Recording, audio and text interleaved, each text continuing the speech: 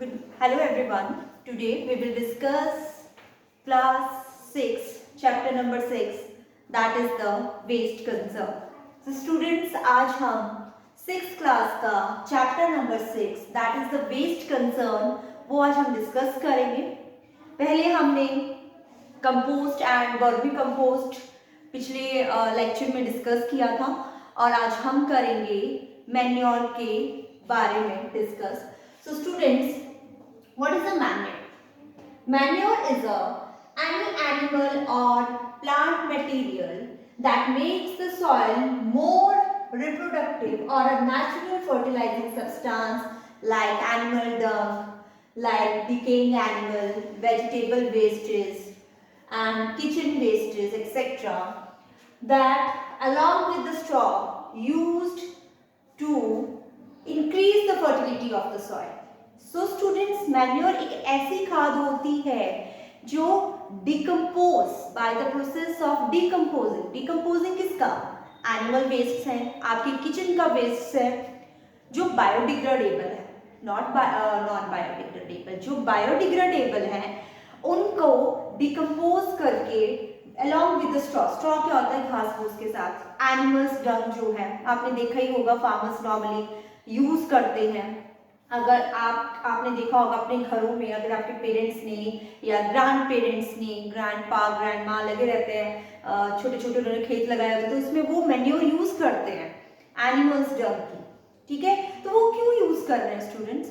वो इसलिए यूज करते हैं ताकि जो मैन्योर होती है वो फुल ऑफ न्यूट्रिएंट्स, बहुत सारे न्यूट्रिएंट्स होते हैं. वो न्यूट्रिएंट्स किसके लिए हेल्पफुल हैं? प्लांट्स की ग्रोथ के लिए, हेल्दी प्लांट्स के लिए. सो हेल्दी प्लांट्स के लिए मैन्योर जो होती है बहुत इंपॉर्टेंट है. ये सॉइल की फर्टिलिटी को इंक्रीज करता है. ठीक है, सो मैन्योर क्या करता है? अल्टीमेटली इसका काम है, इसको जब हम सॉइल के साथ मिक्स करते हैं तो ये सॉइल की उपजाऊ शक्ति को बढ़ा देता है, फर्टिलिटी एबिलिटी को बढ़ा देता है, जिससे जो प्लांट्स होते हैं वो अच्छी तरह से ग्रो कर पाते हैं. Means healthy plants. आपने देखा होगा कि बच्चों को, अगर जो बच्चा अच्छे से खाता है, पूरी न्यूट्रिशंस लेता है, हेल्दी होता है ना, बट जो बच्चा अच्छे से न्यूट्रिशंस नहीं ले पाता, बहुत सारे डिजीजेस से डिफेक्टेड हो जाता है, सफरिंग करता है बहुत सारे डिजीजेस से. सो मैन्योर ही एक ऐसी सब्सटेंस है जो हेल्प करता है उसके इसमें फर्टिलिटी ऑफ द सॉइल की इंक्रीज करने के लिए. So now come to the next topic, that is the biogas. आज हम बायोगैस के बारे में पढ़ेंगे. सो स्टूडेंट्स, बायोगैस का आपको यहाँ पे प्लांट दिख रहा है, that is a biogas plant. Firstly हम इसके बारे में डिस्कस करेंगे. तो बायोगैस प्लांट बनता कैसे है? तो उसके लिए हम चैम्बर्स बनाते हैं डिफरेंट. यहाँ पे आप देख रहे हैं that is the organic waste. जितने भी ऑर्गेनिक वेस्ट हैं, organic is related to living things, inorganic related to the abiotic components. वो हमने डिस्कस किया हुआ है पहली क्लास में. तो ऑर्गेनिक वेस्टेज ये चैम्बर है. जितने भी किचन का मटेरियल है, जितना भी आपकी वेजिटेबल्स वेस्ट जो होते हैं, ड्राई लीव्स जो होते हैं, वो सारा हम इस कंटेनर में रखते हैं. फिर क्या होता है, ये आपको गैस होल्डर दिख रहा है, गैस होल्डर, एंड ये जो आपको नीचे दिख रहा है दैट इज ये वेस्ट इस वाले चैम्बर में जाएगा. फिर ये है रेजिड्यू. इसका रेजिड्यू जो बन के आ रहा है स्टूडेंट्स, जो इसमें से कुछ बचेगा लास्ट में, वो दैट इज अ रेजिड्यू. ये यहाँ पे कंटेन होता है. ये गैस वाल्व है, ये गैस होल्डर है जहाँ पे गैस को हम स्टोर करके रखते हैं. ये वाल्व से हम क्या करते हैं? कंट्रोल करते हैं कितनी गैस की सप्लाई होनी है, कितनी नहीं होनी है. इसको हम रेगुलेट करते हैं with the help of a gas control valve. Next आप देखोगे that is a gas stove, जो हम अपने किचन्स में यूज करते हैं, जो डायरेक्ट कनेक्ट होता है इस गैस होल्डर के साथ और इस वाल्व के साथ. उसके ऊपर उसको रेगुलेट किया जाता है, मीन्स उसको कंट्रोल किया जाता है कितनी गैस की सप्लाई होगी, कितनी नहीं होगी. सो स्टूडेंट्स, ये आपने बायोगैस प्लांट देखा. Now we will discuss that is what is a biogas. Normally biogas को जो हम बोला जाता है ना, दैट इज अ गोबर गैस. उसको हम गोबर गैस बोलते हैं.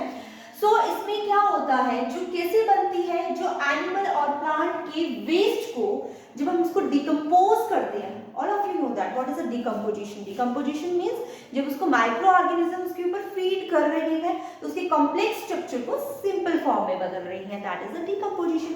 सो ये डिकम्पोज करते हैं इन वेस्ट्स को, ठीक है, बट किसकी एब्सेंस में, that is the absence of the oxygen. Oxygen नहीं होगी, माइक्रो ऑर्गेनिज्म इसके ऊपर फीड करेंगे और इस तरह का ये बायोगैस बनाएंगे। और ये जो मेनली गैस होती है student, that is a methane gas, ठीक है। तो यहाँ पे एक पॉइंट आप क्या माइंड में रख के चलोगे, what is a biogas, it is a methane gas. ये एंट्रेंस में भी पूछा जाता है कई बार question.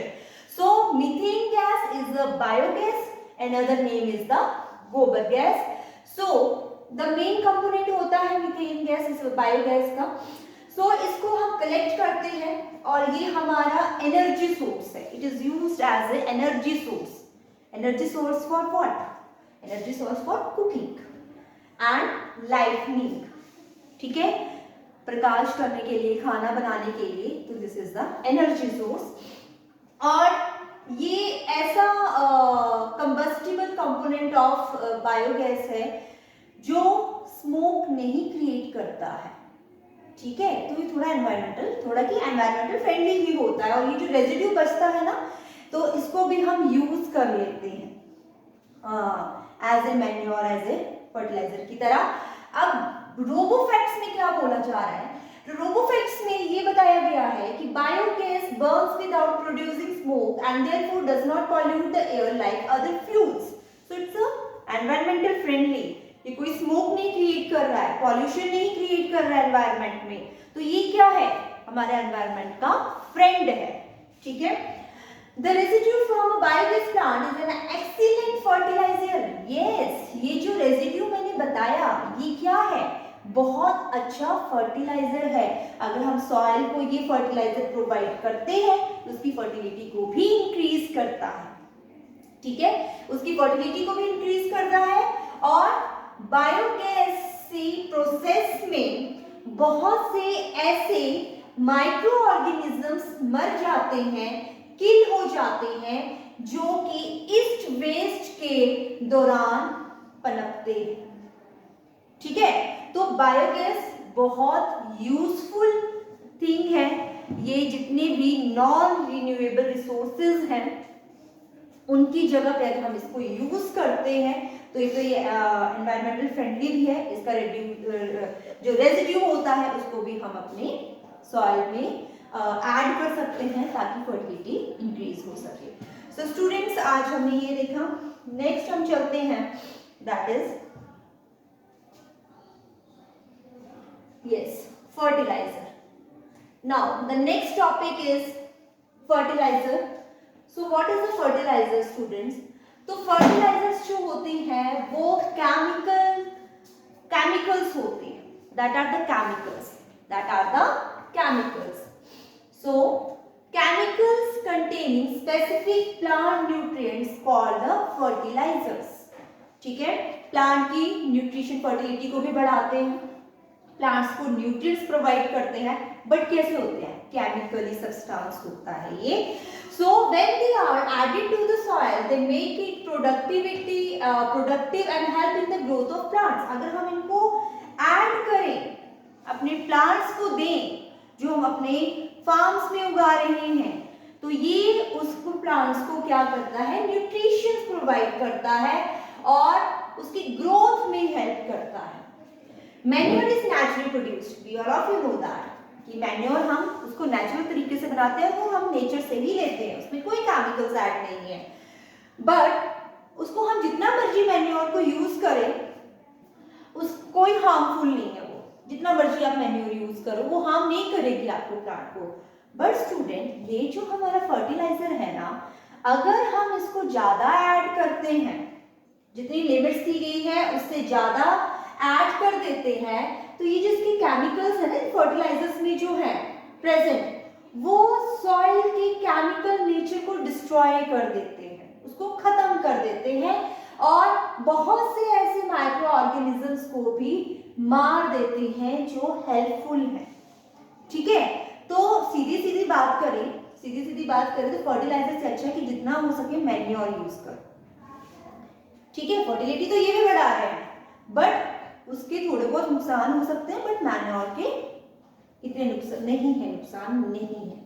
Okay, now the next is very important topic, that is the 3Rs.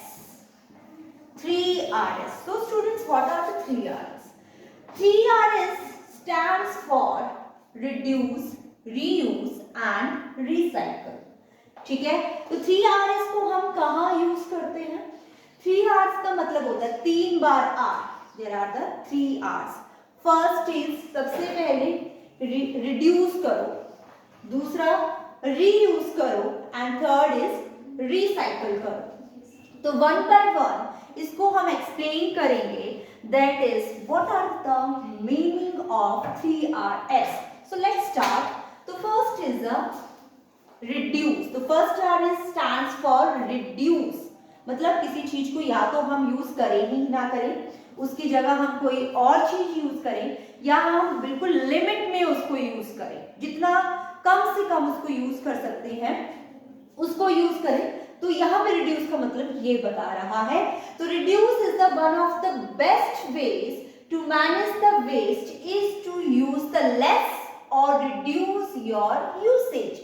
जो आप यूज कर रहे हो चीज, ठीक है, चाहे वो बायोडिग्रेडेबल है, नॉन बायोडिग्रेडेबल है, रिन्यूएबल है या नॉन रिन्यूएबल चीज है, तो बोल रहा है इसका रिड्यूस का बेस्ट वे है वेस्ट को मैनेज करने का.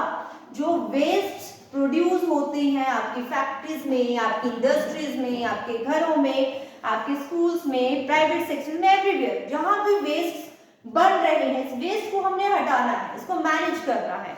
तो फर्स्ट पॉइंट आप फर्स्ट आर को चुनो.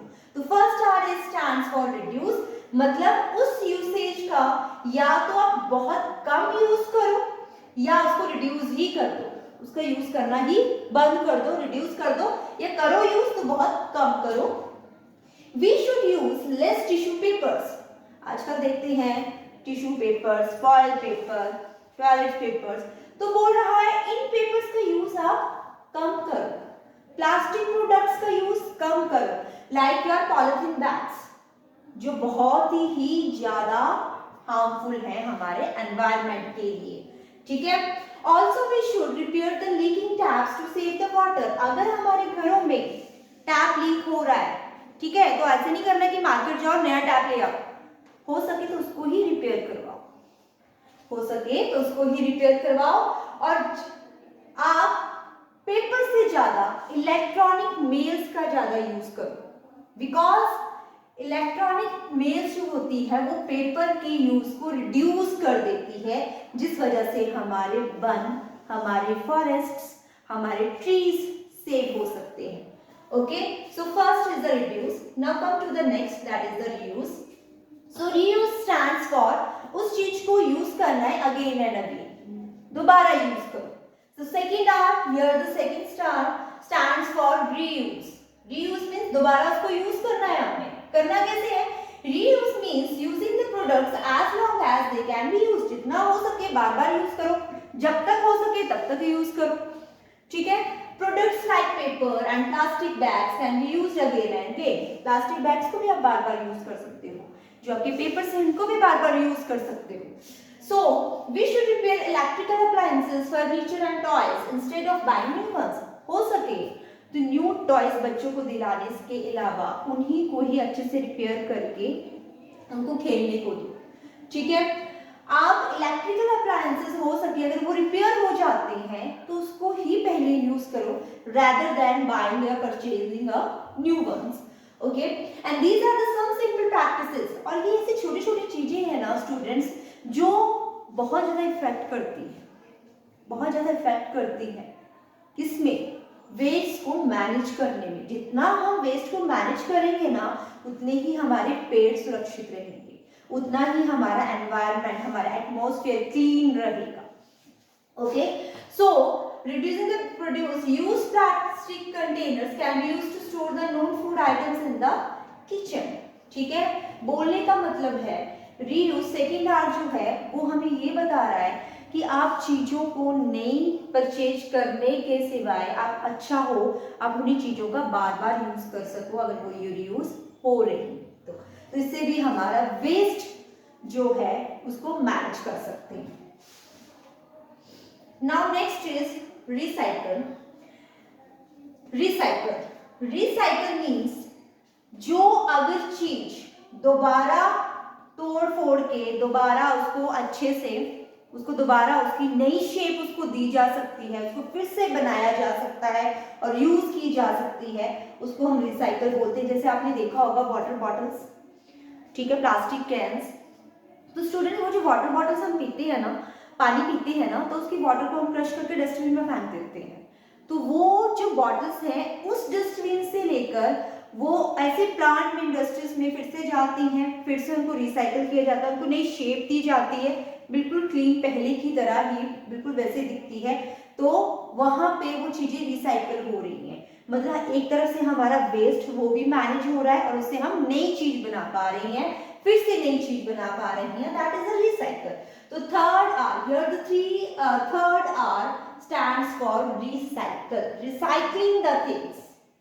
So in recycling we treat the things that have already been used so that they can be used again. जो पहले यूज हो चुकी हैं, ठीक है, उनको हमने फिर से यूज करना है, उनको हमने फिर से नया बना के यूज करना, that is your recycling.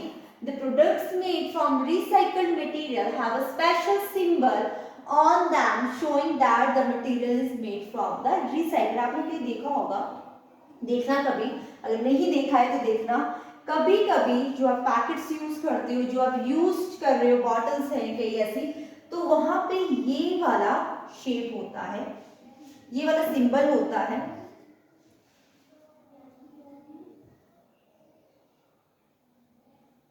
this one.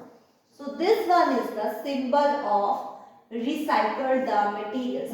ये बॉटल्स में लगा होता है, मींस वो दोबारा से रिसाइकल होके चीज आई है, तो इस सिंबल से हम पता लगा सकते हैं that means yes this is a recycle thing, है ना, कि ये दोबारा रिसाइकल होके आई है।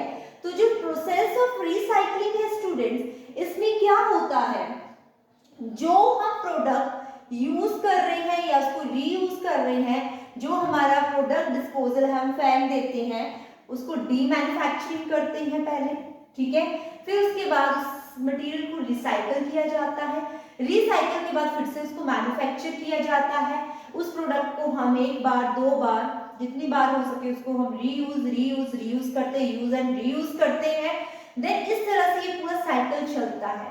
तो इस साइकिल को ही हम रिसाइकल बोलते हैं, that's called as a recycle.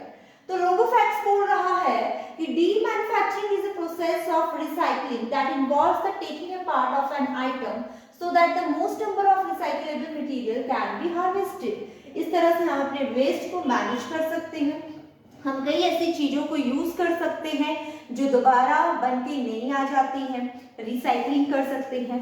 Firstly waste management का बेस्ट मेथड है। ओके, अभी हमने ये 3R तो पढ़ लिए, बट इन 3Rs के एडवांटेजेस क्या है, ये कहाँ हमारी हेल्प कर रही है। अगर हम इस 3R को यूज नहीं करते हैं तो क्या हो सकता है, अगर हम यूज करें तो क्या हो सकता है। तो स्टूडेंट्स, अगर हम इस 3R को ना फॉलो करते हैं तो फर्स्टली हमारा जो एनवायरनमेंट है, हमारा एनवायरनमेंट जहां हम रह रहे हैं डिजीज फ्री हो जाएगा, हमारा एकदम एटमॉस्फेयर क्लीन हो जाएगा, एनवायरनमेंट बिल्कुल क्लीन हो जाएगा एंड डिजीज फ्री हो जाएगा। Now number 2 stands for less diseases, कम बीमारियां उत्पन्न होगी, कि जितना ज्यादा कचरा होगा वहीं से तो बीमारियां आती हैं, और कहां से आती हैं, तो जितना आप वेस्ट को मैनेज करोगे बीमारियां कम होंगी। Now third is plenty of resources to use for a longer time, बहुत सी चीजों को जो हमारी यूज की नहीं है हम उनको दोबारा यूज कर सकते हैं, और हम ऐसे बहुत सी चीजों को कंजर्व करके रख सकते हैं by the process of advantages of 3S। Okay, now देखो यहाँ पे एक बॉटल बोल रही है, ये बॉटल क्या बोल रही है कि मुझे डस्टबिन में फेंक दिया गया था, फिर क्या हुआ, मेरी फिर से रिसाइकलिंग हुई और मैं बिल्कुल फिर से एक नई लुक में आपके पास फिर से आ गई, तो यहाँ पे ये रिसाइक्लेबल बॉटल आपसे यही बात कर रही है। Now next is management of solid waste. जो सॉलिड वेस्ट है, solid means liquid states of a, ये वेस्ट की स्टेट है जो सॉलिड फॉर्म में होती है, कठोर अवस्था में मिलती है, तो उसका मैनेजमेंट क्या है? तो मैनेजमेंट ऑफ सॉलिड वेस्ट का क्या है कि इसकी कलेक्शन कीजिए। First of all is collection, ठीक है। कलेक्शन के बाद उसकी सेग्रीगेशन कीजिए। सेग्रीगेशन स्टैंड्स फॉर सेपरेट करना वेस्ट को, सॉलिड को अलग से, कौन कौन से रिसाइकलिंग हो सकते हैं, कौन कौन से रिसाइकल नहीं हो सकते हैं, तो उसको सेग्रीगेट कीजिए, फिर इसको डिस्पोजल कर दीजिए। And collection and segregation of the waste required separation of compostable and biodegradable and recyclable wastage. अगर हम वेस्ट को कलेक्ट करते हैं सॉरी, और उनको फिर हम सेग्रीगेट करते हैं, सेपरेट करते हैं, तो इस तरह से हम रिसाइक्लेबल वेस्टेज को और बायोडिग्रेडेबल वेस्टेज को अलग अलग कर सकते हैं। बायोडिग्रेडेबल है, कंपोस्टेबल है, मींस वो दोबारा से कंपोज करके उसमें हमारे सॉइल की फर्टिलिटी वगैरह में यूज हो सकता है, तो हम उसको वैसे यूज कर लें।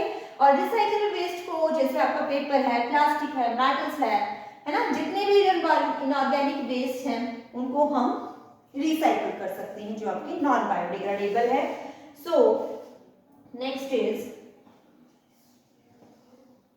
ओके, ये एक स्टोरी बता रहा है, story of little scientist, story of a dump, recycling and recycled products. एक स्टोरी है स्टूडेंट, इसमें स्टोरी में ये बोला गया है कि जो वेस्ट है वो बोलता था कि I was a part of a big family of a dump lying in a lonely place away from human settlement.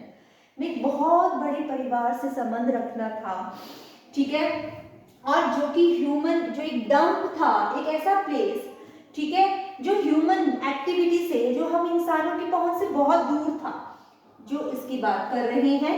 सो इसमें क्या बोलता है, ये स्टोरी बोलता है, it was a part of a big family of dump lying in a lonely place away from the human settlement. It was brought here in a truck from the dustbins of the houses. ठीक है, ये कहाँ से लाया गया dump, ये जो सारा वेस्ट का डंप है, ये बहुत से घरों में लाया गया, कई फैक्ट्रीज में लाया गया, डस्टबिन से होकर हम आए और यहाँ पे पहुंच गए।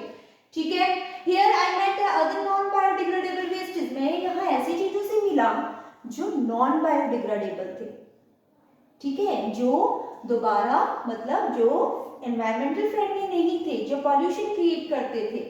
ठीक है, कोई फैक्ट्री से आया था, कोई हाउसेज से आया था, no matter where they came from, कहीं से भी आए, ये इसका कोई मतलब नहीं है, but they were all discarded bye their users. वो अपने यूजर्स के द्वारा डिस्कार्ड कर दिए गए थे। They were also discarded by their users, like me. Few were recyclable and rest are non-recyclable. कुछ जो थे मेरी तरह, उनको दोबारा रिसाइकल किया गया, उनको फिर से एक नई शक्ल दी गई, बट कुछ ऐसे जो नॉन रिसाइकलेबल थे उनको वैसे के वैसे रहने दिया। ठीक है, और we went through a recycling process and took a new forms as a new products. हम फिर से रिसाइकल हुए और हमें नई शक्लें दी गई, हमें नए प्रोडक्ट्स हम बन के आए। ठीक है, अभी यहाँ पे न्यूज़पेपर बोल रहा है, यहाँ पे एक आपको लैंप दिख रहा है, तो ये लैंप जो है ये भी पेपर का बना हुआ है। ये इस आदमी को देख के बोल रहा है कि मैं भी कभी ऐसे एक न्यूज़पेपर हुआ करता था, बट अब मैं लैंप बन गया हूँ और मैं बहुत गर्मी सह रहा हूँ। क्यों? क्योंकि पहले ये न्यूज़पेपर था, जब इस न्यूज़पेपर का इसके यूजर ने इसको डिस्कार्ड कर दिया, तो ये न्यूज़पेपर फिर से रिसाइकलिंग में गया और फिर से इसको एक नई शक्ल मिल गई, एक नया अवतार मिल गया, दैट इज द लैंप। ठीक है, तो हाउ इज पेपर रिसाइकल। तो स्टूडेंट्स हम देखेंगे कि पेपर कैसे रिसाइकल होता है। तो यहाँ पे आपको ये पेपर रिसाइकलिंग साइकिल से दिख रही है, तो कैसे पेपर से रिसाइकल होता है। जो न्यूज़पेपर हम यूज करते हैं, ठीक है, ऐसे बहुत सारे पेपर्स की हम कलेक्शन कर लेते हैं, फिर क्या होता है, इन पेपर्स को पानी में बहुत देर तक सोक किया जाता है, डुबो के रखते हैं, भिगो कर रखते हैं, फिर उनको एक पल्प सा बना लेते हैं। ठीक है, पल्प सा बना लेते हैं, फिर इस पल्प में जो इंक होती है, जैसे न्यूज़पेपर से जैसे इंक से लिखा जाता है ना, तो उसको हम डी इंकिंग कर देते हैं, उसमें से वो इंक रिमूव कर देंगे, उसको हम बोलेंगे that is the D inking. ठीक है, फिर क्या करेंगे, बाद में हम इस पल्प को अच्छे से क्लीन करेंगे, फिर इसकी स्क्रीनिंग करेंगे, जो इम्प्योरिटीज है उसको रिमूव कर देंगे, रिसाइकल पल्प मिक्स, फिर हम जो मिक्स पल्प है उसको फिर से रिसाइकल करेंगे और वो पेपर मशीन में जाएगा और फिर से एक न्यू पेपर बनके हमारा आता है। तो इस तरह से पेपर रिसाइकलिंग होती है। ठीक है, नाउ नेक्स्ट इज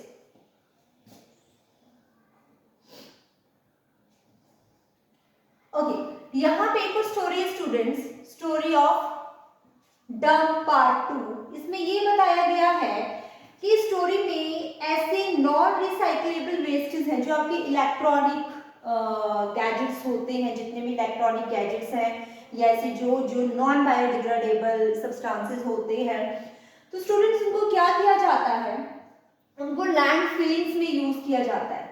कभी कभी आप देखते होंगे कि बड़े बड़े गड्ढे होते हैं, इतना बहुत बड़ा पोर्शन लैंड का बिल्कुल खाली होता है और धंसा हुआ होता है नीचे, तो उसमें क्या करते हैं, चीजों को वहां पे फिल करते हैं, वो उस खाली जगह को हम फिर से इन वेस्ट के साथ रिफिल करते हैं और ऊपर एक सॉइल की लेयर लगा देते हैं और वहां पे फिर से ग्रास वगैरह ऐसे उगा देते हैं। ठीक है, तो इस तरह से हम लैंड फिलिंग्स करते हैं।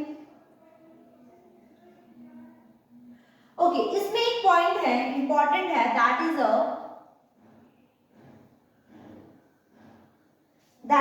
इंसरेशन। इंसरेशन के बारे में बात करेंगे। What is incineration? तो इसमें क्या होता है, इंसरेशन में क्या होता है स्टूडेंट्स, जो नॉन रिसाइक्लेबल और नॉन बायोडिग्रेडेबल वेस्टेज होते हैं ना, उनको हम जला देते हैं। ठीक है, उनको हम क्या करेंगे, उनको हम बर्न कर देते हैं और ये जो वेस्ट है इनके जलने से क्या होता है, जो ऐश बनती है, जो धूल बनती है, उसको भी लैंड फिलिंग्स में हम यूज कर सकते हैं। अच्छा, और दूसरी बात, जब हम इन वेस्ट को, नॉन बायोडिग्रेडेबल वेस्टेज को जलाते हैं तो बहुत सारी हीट प्रोड्यूस होती है, टेम्परेचर काफी ज्यादा हाई चला जाता है, तो उस चीज को, उस एनर्जी को हम इलेक्ट्रिसिटी जनरेट करने में यूज करते हैं। ठीक है, with the help of incineration we also get different metals in the molten state. इस तरह से जो भी इलेक्ट्रॉनिक गैजेट्स हैं या मेटालिक कोई भी चीज है जो डिग्रेड नहीं हो सकती है, तो उनको हम क्या करते हैं, by the process of burning उनको मोल्टन स्टेट्स में कन्वर्ट कर देते हैं और मोल्टन स्टेट्स में मेटल्स जो होते हैं काफी अच्छी तरह से हम मतलब अच्छी तरह से वो दिख पाती हैं हमें, उनको हम अच्छी तरह से सेपरेट कर सकते हैं। तो ये था इंसिनरेशन। ठीक है, इसको हम बोलते हैं इंसिनरेशन। नाउ ये स्टूडेंट्स, इंसिनरेशन के बाद हम चलेंगे, that is a plastic. Plastic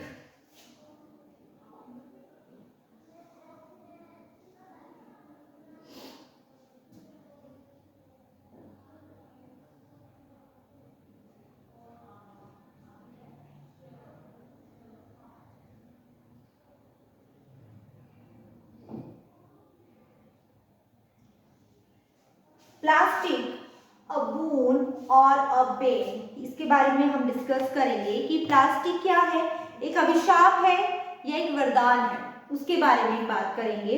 ठीक है, अ बून इज अ वरदान एंड बेन स्टैंड्स फॉर अभिशाप। तो जब हम बून के बारे में बात करते हैं तो फर्स्ट ऑफ ऑल जब हम प्लास्टिक्स की वरदान के बारे में बात करते हैं तो फर्स्ट ऑफ ऑल ये क्या करता है, ये fuel consumption during the transportation, वो फ्यूल कंजप्शन को कम कर देता है। फर्स्ट पॉइंट, रिड्यूस कर देता है। सेकेंड, एक्सट्रीमली वर्सेटाइल है। वर्सेटाइल मीन्स बहुत सारी चीजों में हम इसको यूज कर सकते हैं, सिर्फ इसको एक ही जगह पे प्लास्टिक को यूज नहीं कर सकते, बहुत सारी अप्लायंसेस में इसको यूज कर सकते हैं, बहुत ज्यादा फील्ड्स में हम प्लास्टिक को यूज कर सकते हैं। ठीक है, बहुत सारे प्रोडक्ट्स बना सकते हैं। अगर हम थर्ड बून के बारे में बात करें तो ये क्या करता है, due to the extreme durability and a good non reactive medium it is also use to make the water pipes. ठीक है, एक तो इसकी वाटर पाइप्स बहुत ज्यादा बनती हैं क्योंकि ये तो एक तो नॉन रिएक्टिव मीडियम है सबसे ज्यादा, जैसे हम देखते हैं आयरन की पाइप्स होती हैं, लोहे की पाइप्स होती है, तो वो खराब हो जाती है थोड़े टाइम के बाद, ठीक है, तो रस्ट की वजह से वो खराब हो जाती है। बट प्लास्टिक की पाइप्स की बात करें तो बहुत ज़्यादा ड्यूरेबिलिटी होती है इनकी। Number 4, resistance to chemicals, chemical resistant होता है। Excellent thermal and electrical insulation properties इसकी बहुत बेस्टेस्ट होती है। रिलेटिवली इंस्पेक्ट, हाँ चीप है बट बेस्ट है, ठीक है, तो इससे हम कई मेटल और ग्लासेस की रिप्लेसमेंट कर देते हैं। तो ये सारे इसकी बून्स आते हैं।